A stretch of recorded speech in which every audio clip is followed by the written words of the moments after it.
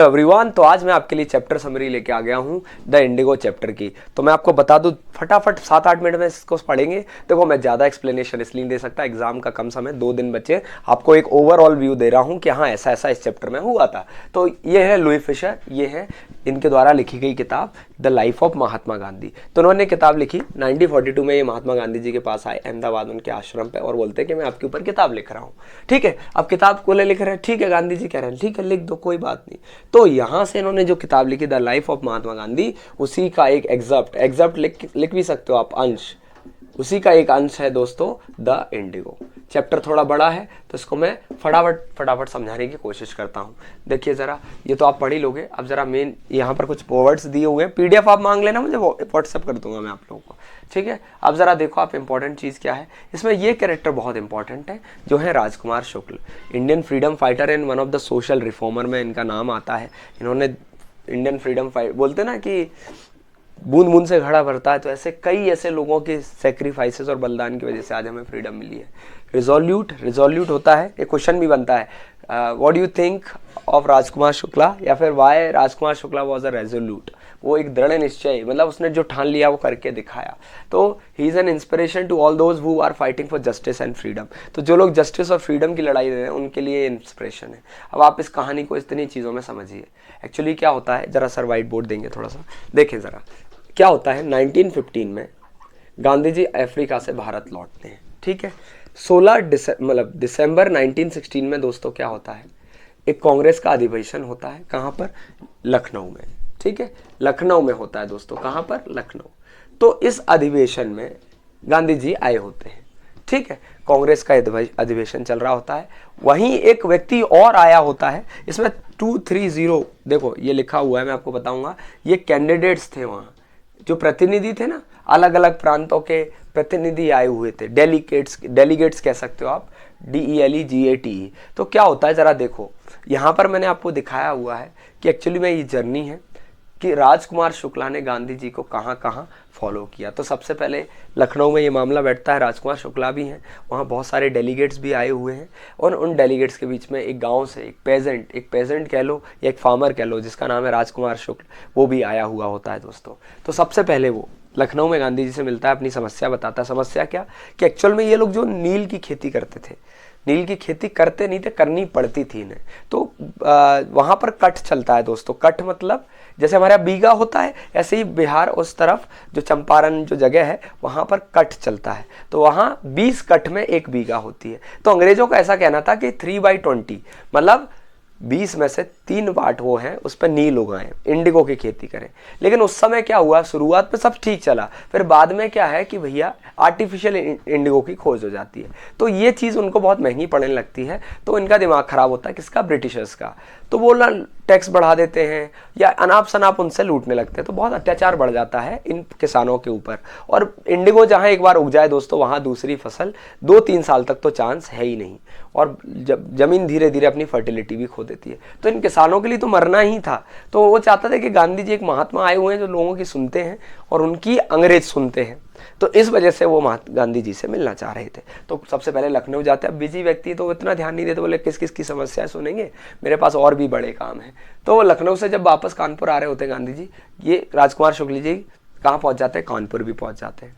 फिर ये आश्रम आ जाते हैं गांधी जी, तो राजकुमार शुक्ला आश्रम भी आ जाता है। इतना डेडिकेशन देख के गांधी जी को दिमाग में आता है कि यार ये व्यक्ति कुछ तो है। तो फिर ये बोलते हैं कि यहाँ कहते हैं कि तुम एक काम करो, मुझे कलकत्ता में मिलो।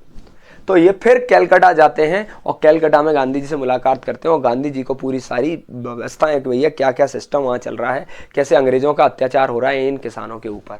तब गांधी जी कहते हैं कि कोई बात नहीं, अब हम चलेंगे। तो वहीं वो हाल की हाल बोलते हैं कि चलो ट्रेन बुक करो राजकुमार, चलते हैं अपन। तो पहुँचते हैं पटना। पटना किसके यहाँ जाते हैं? राजेंद्र प्रसाद जी के यहाँ। वहाँ पूछते हैं कि भैया क्या मामला है, जरा इसकी जाँच वाँच करो। ठीक है, अब यहाँ एक इंसिडेंट होता है। जैसे जाते तो क्या कपड़े, गांधी जी तो देखो एक धोती सीधा काम था उनका, तो खादी पहनते थे। तो वहाँ जो नौकर होते हैं उनको ये लगता है कि ये राजकुमार शुक्ला के साथ हैं और राजकुमार शुक्ला को वो गरीब व्यक्ति समझते हैं। तो वो उसको बहुत मतलब बुरी तरीके से ट्रीट करते हैं। तो गांधी जी को भी वो इस तरीके से ट्रीट करते हैं। गांधी जी पानी लेने जाते हैं, कुएं में मना कर देते हैं, पानी गंदा कर दोगे।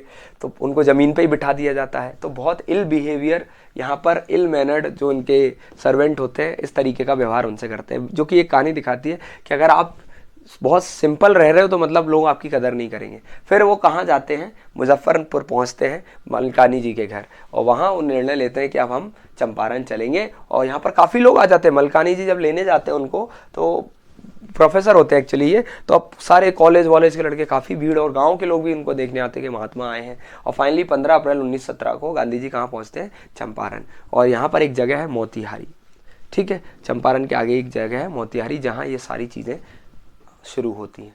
तो आप ज़रा देखिए, annual convention of the Indian National Congress party दिसंबर 1916 को होता है। 2301 डेलीगेट और विजिटर वहाँ आए हुए होते हैं, ठीक है। ये मैंने सारी चीज़ें आपको बताई। अब एक्चुअल में होता क्या है, यहाँ पर देखो ज़रा, तीन गठिया सिस्टम एक्चुअली क्या है दोस्तों।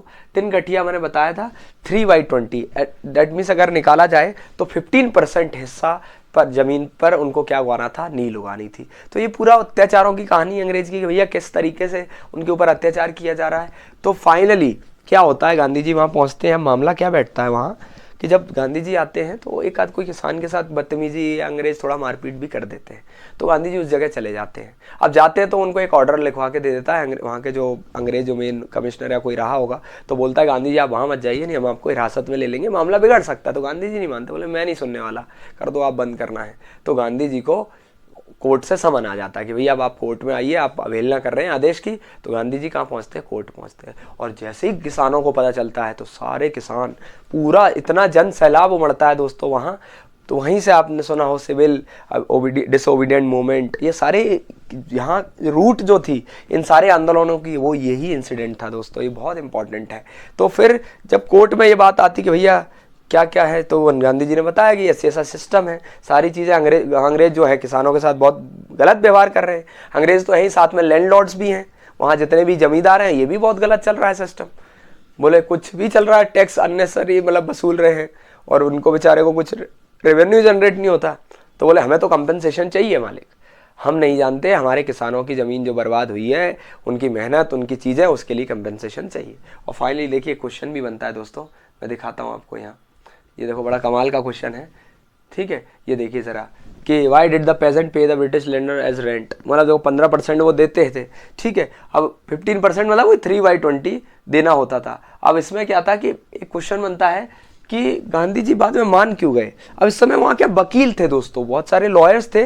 तो लॉयर भी क्या है, गरीब आदमी की कोई नहीं सुनता, तो लॉयर्स भी मदद नहीं करते थे। तो किसानों ने जब बताया कि वकील लॉयर्स भी नहीं सुनते, हमारे लिए कोई लड़ाई नहीं लड़ना चाह रहा, तब गांधी जी लॉयर्स को बोलते हैं कि देखो मैं अपनी लड़ाई लड़ने नहीं आया हूँ, मैं इन लोगों के लिए खड़ा हूँ, और आपको भी ये अपने लोग हैं, इनके लिए लड़ाई लड़नी पड़ेगी। तब लॉयर्स भी इन्फ्लुएंस हो जाते हैं, बोले गांधी जी आप संघर्ष करो, हम सभी आपके साथ हैं। फिर फाइनली वो लॉयर्स को भी इन्फ्लुएंस कर लेते हैं, और धीरे धीरे जब ये जनसैलाब देखते हैं तो गांधी जी भी कहते हैं कि हाँ मेरी बातों का, मेरी उसूलों का वास्तव में लोगों पर प्रभाव पड़ रहा है। तो जब ये बात आती है तो गांधी जी कहते हैं कि भैया 50% कंपनसेशन चाहिए हमको।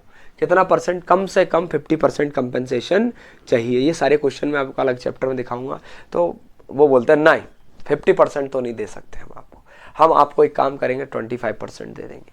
गांधी जी कहते हैं ठीक है, गांधी जी एग्री कर जाते हैं। इसी पे आपका क्वेश्चन बनता है कि गांधी जी ने 25% कंपनसेशन पे क्यों एग्री कर लिया। तो ये गांधी जी की जीत थी, गांधी जी की नहीं, उस हर किसान की जीत थी कि जो कभी झुकने को तैयार नहीं थे लैंडलॉर्ड्स, और जो कभी जो किसानों के ऊपर अत्याचार हो रहा था उनसे जबरदस्ती करके वो इंडिगो उगाया जाता था, और उसका उतना उनको पैसा भी नहीं मिलता था। तो आज वो लोग झुकने को तैयार हैं, कंपनसेशन देने को तैयार हैं। तो एक तरीके से इनकी मोरल विक्ट्री थी। तो इसी के साथ साथ एंड में फाइनली वो जीतते हैं। फिर वहाँ गांधी जी थोड़े बहुत हॉस्पिटल और बहुत सारी चीज़ें वहाँ अवेयर करते हैं लोगों को, और फाइनली वो अपनी आगे की यात्रा की ओर बढ़ जाते हैं। बड़ा कमाल का, बड़ा शानदार चैप्टर है दोस्तों। इसको आपको लग रहा है तो इसके क्वेश्चन जो जो इंपॉर्टेंट है वो नेक्स्ट वीडियो में लेके ही आऊँगा, तो उसमें आप देखिएगा। सो आई होप आपको समझ आया होगा। छोटी छोटी बातें मैंने इसमें कवर की, देखो कम समय में मैंने जितना कवर कर पाया किया, क्योंकि चैप्टर बहुत बड़ा है लेकिन समय हमारे पास कम है। तो आई होप आपको समझ आया होगा। I hope you enjoyed. Thank you so much, bye bye.